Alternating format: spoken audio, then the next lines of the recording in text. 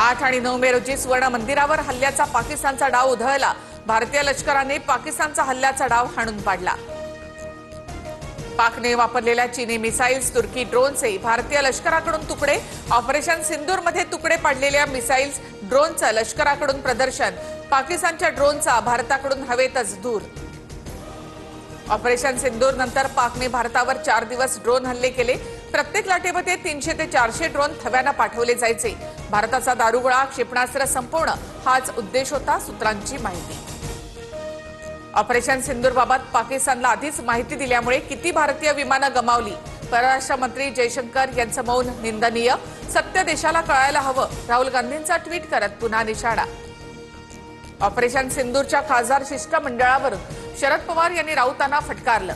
स्थानिक राजकारण आणू नये अशी आमची भूमिका, शरद पवारांची प्रतिक्रिया।